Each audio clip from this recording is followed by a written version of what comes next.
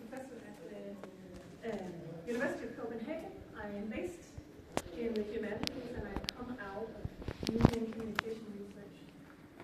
But I lead an interdisciplinary research center on tracking of society that crosses digital communication and computer science. And then I'm also one of the chief scientists in the newly established National Center for AI in Society. And I'm here to speak from a people-centric perspective to current developments in European welfare states, grounded in empirical evidence from two projects that I'm currently concluding. One is an ERC-funded project, Datafield Living. I'll give you the link at the end, which centers on experiences and infrastructures for datafication in Denmark. And one is called Automating Welfare, and it's a comparative research project funded by the Chance instrument that cuts across 8 welfare states of Europe, very different welfare states of Europe, and speaks to questions of automation in the context of welfare. Both projects take a people-centric first perspective on technology in the broad sense, AI in the specific, and this means that I will not be speaking about AI in science, but rather the scientific study of AI and technology in society. I want to tackle the question of what does it really mean. I mean, we can all agree we want to do something that is people-centric, people first, inclusive, ensuring wealth and prosperity for all, but what does it mean? And I think, I hope the key takeaway from my talk will be, this is difficult. This requires fundamental research. I want to start by the question of what it means to take and to lead a good life in times of datafication. How can we enhance human flourishing with the aid of data? I don't think that's a philosophical question. I think it's an empirical question. Of course, we can see particular versions of the good life built into technology and technology discourse, namely the good life is an optimized life. But research coming out of traditions in the humanities and social sciences tell us that people pursue all sorts of ends and playful engagements with technology and with data-driven systems, including AI. And studies also tell us quite persistently that experiences of choice, experiences of competence, and experience of meaningfulness of data practices, as well as the perceived legitimacy of tracking, varies with context. So we need also to be very sensitive to that. So people operate with myriad understandings of the good life, and empirical scholarship that takes a people-first perspective should start then with the people, alerting us to the tensions and the frictions, the variations, and providing a corrective narrative to otherwise dominant narratives of the good or the harms of technology datafication. We have to ground this understanding in individual experiences of using data, pursuing stuff with data in everyday life, and in people's resources for navigating various digital and data-like processes. So I want to discuss two routes to human flourishing with data via what I would label two agentic tactics at pursuing the good life. One is informational and one is playful. But both take the starting point in ours and others' research on people's lived experiences, and both can inform public policy around data uses in society, including AI, even if I will not be speaking so much directly about AI today. So I want to take you through a route of accountability and a route of aspiration. But bear with me for a second, because I think that the empirical approach to the good life requires a little bit of qualification. So, in our research, we start from a people-centric general framework about social justice, freedom, and well-being that originates in welfare and development economics, namely the capabilities approach. And the capability approach, as some of you may know, was pioneered by Amartya Sen and Martha Nussbaum well before the internet became part of most people's everyday lives. It's an approach that offers a conceptual and normative lens through understand what individuals are capable of and why, as well as how such capabilities might vary within and across contexts. So it's an approach that really broadens our concerns about well-being beyond economic or utilitarian measures of growth and of happiness, arguing that such measures are actually insensitive to the unequal distribution of wealth in societies or even in households. It's also ignorant to the fact that people may actually adapt their expectations to life to fit existing discriminating structures. It's an approach that has been extremely influential also in UN approaches to human development, as some of you will also know. So the capability approach makes two key normative claims. First, that it is the freedom to achieve well-being rather than well-being in itself that is central. And second, that this freedom is to be assessed through people's capabilities. And so capabilities correspond to the actual abilities of a person to achieve the things that he or she has reason to value. And Sen, in his work, emphasizes this reason to value, urging researchers to investigate the underlying motivations, and I would add also structuring conditions, I'll come back to them in a moment, for valuing specific types of lives, along with the situatedness and the diversity of possible ways of making choices. A bit more, sorry. The capability approach directs us to studying real lives. It fosters empirical inquiries to what a good life might look like from the ground and up to the people who live them. It's also an approach that acknowledges individual diversity by default, or plurality maybe by default. It dismisses the notion that access to resources alone is important. We have to focus on outcomes and how possible outcomes differ between individuals that do not make the same from the same resources. And then it centers individual choice, meaning that it puts the individual center stage and focuses on what he and she is capable of and why, and also what she aspires to do, and uses that as a basis for discussing how societal structures should be organized and regulated so as to enhance freedom and well-being and a good life. So against this background and centered with the people, then let's begin formulating what should underpin our societal efforts to pursue and guide processes of datafication and digitalization in ways that enable human flourishing. The work that I'll present you to comes out, as I said, of a fairly ambitious empirical project called Datafield Living, which is interested in, which starts from people's experience of tracking themselves and being tracked by others across personal, work, and institutional contexts of the welfare state of Denmark, a highly digitalized and datafied state. In this project, we have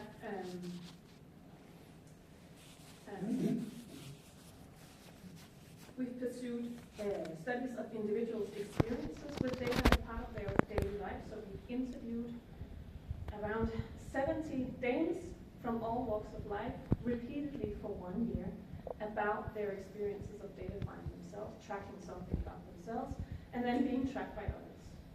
We've asked them to do diaries, and we've done workshops with them at the end of the year-long fieldwork to try to convene reflections and lift individual experiences into, let's say, a collective space. We've also studied back-end infrastructures for datafication. We have tried to reverse engineer app tracking practices across Android and iOS ecosystems to understand what is actually going on in the back end of digital systems. So most of us will have this sense that someone knows a lot about us, but how that knowledge comes about and how it's used, we know very little of. And we have obtained access to doing this by way of data donations from the people that we follow. So we've been continuously connecting everyday experiences to what is actually going on the same people's phones.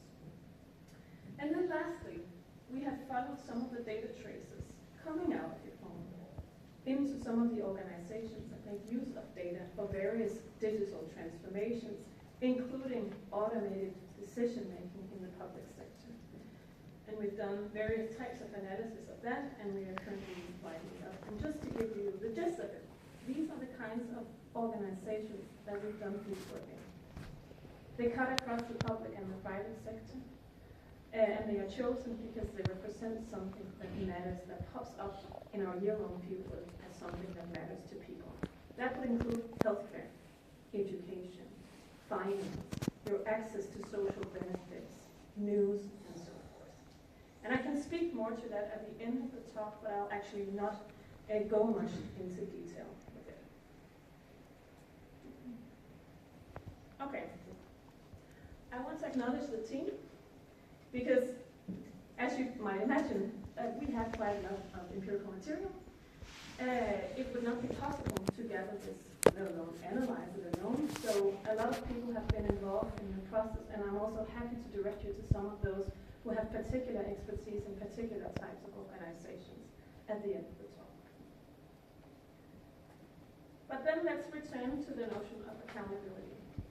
So most people we find, and other people find as well, operate with a quite rudimentary idea of what is actually going on with their data and who might be interested in using their data for various purposes, including what might happen to the data that I put into registries that are used for public welfare. They care, but only in the abstract. I mean, they don't feel particularly comfortable with personal data lying around and being used for various purposes that they don't know much about. But they don't care in practice unless it's something that really hinders them in doing something that they would really like to do.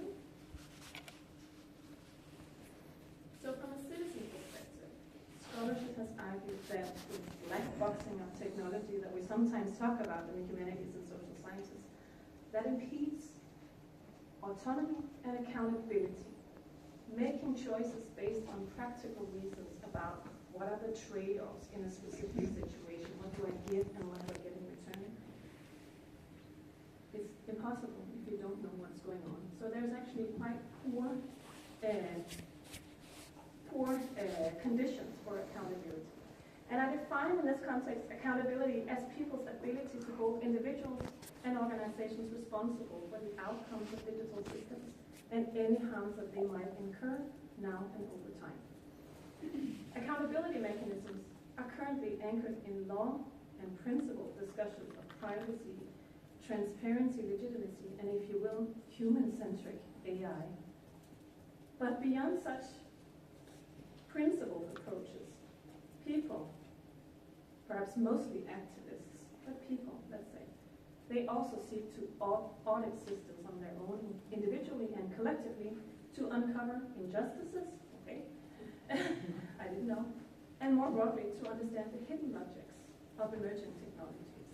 So accountability requires trustworthy information, and that is crucial for democratic oversight. We don't have it.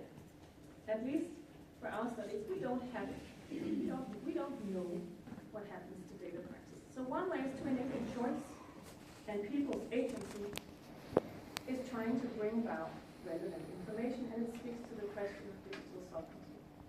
So maybe this is the only part that I'll actually get to do, and you'll have to ask me about aspiration later on. In our work, we've tried to figure out who's watching in the back end of digital systems by way of providing building bricks to the app ecosystem. And maybe you can't see the details of it, but this one over there, it shows some of the essential public welfare apps in Denmark where people would tend to think that their data is very protected.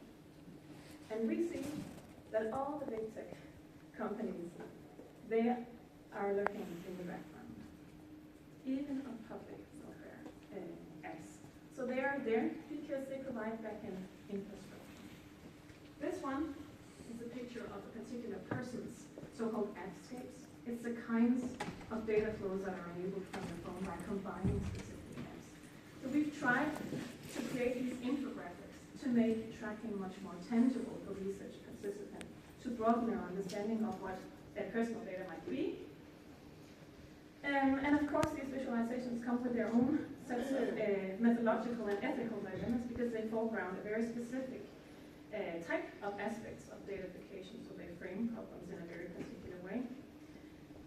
But while participants would feel more informed about what apps they were using and also about the trade-offs that I talked about before, providing too much information sometimes with few options to untangle themselves from app-based tracking is actually not a viable option. So this kind of work requires us to pursue a different route, namely that of public policy and regulation. This is just one aspect of the stack. It's app infrastructure. The same kinds of analysis could be done for internet, subsea cables, or cloud, or whatnot, all the way through the stack to know who owns and who controls our basic infrastructure. Do you want me to stop? Or do you want me to say something about aspirations? Yes. Okay. This one wants me to stop. Okay. Okay. Aspiration, which is actually, I think, the key challenge for us. If capabilities are real freedoms and opportunities to reach individual goals, then aspirations are desires and aims for the future. And aspirations require agency, or being able to aspire require that you would have a sense of your own agency. And aspirations, it figures as a component in capability-related research, for instance, in migration research, but also in broader political philosophy of the good life. And I think one of the reasons why we should care a little bit more about aspirations in humanities and social science research is because aspirations enable us to tie individual reflections to collective imaginations about what futures we want, and in the context of AI, that is just super critical. So what do? I can tell you people don't dream a lot about future technologies in the nation. We try to help them dream a little bit by way of doing sets of workshops with a toolkit that we call Data Dreams. And it's a toolkit that scaffolds a more open-ended and playful inquiry about desirable data uses beyond the here and now. And some of these activities invited participants to imagine fictional worlds, future scenarios, or to create paper prototypes and stories, and they're all accessible online. And so this bridges from the more informational kinds of discussions we could have about datafication to more speculative and creative conversations about good lives. And I can tell you, people are much better at speaking about nightmares of datafication and AI than they are about positive dreams. And I want to give you just one example coming out of a workshop discussing public-private partnerships in healthcare. So this is a fairly vulnerable, you would say vulnerable person speaking here. He says, who's watching?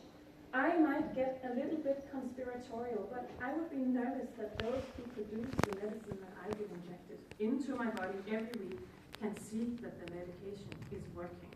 And because of this, would change it so it doesn't work anymore, and I'll keep on buying it. Like, if everyone is cured, our business is dead. So are they, the tech pharma companies, even interested in curing people? Or do they just want my data to fiddle with the medicine, making sure that I'll never be completely cured? These are the kinds of nightmarial speculations that we want to avoid when talking about implementing also AI future. So fast forward, and I'll end here. We're seeing repeated calls for participatory and inclusive approaches, people first in AI strategies and research alike. And I've tried to make a case for two possible routes to doing that, and various methodological entry points also for consolidating insights into human flourishing. But going back to capabilities, the talk highlights an epistemological point, namely that we have to start with people. AI infrastructure too must be coupled to the human consequences. And our empirical efforts at qualifying public deliberation about what it means to take people's perspectives seriously require methodological development to establish in what ways we can actually productively also ignite people's dreaming rather than just their ideas. You can read more about the project here. Thank you, and apologies for going on.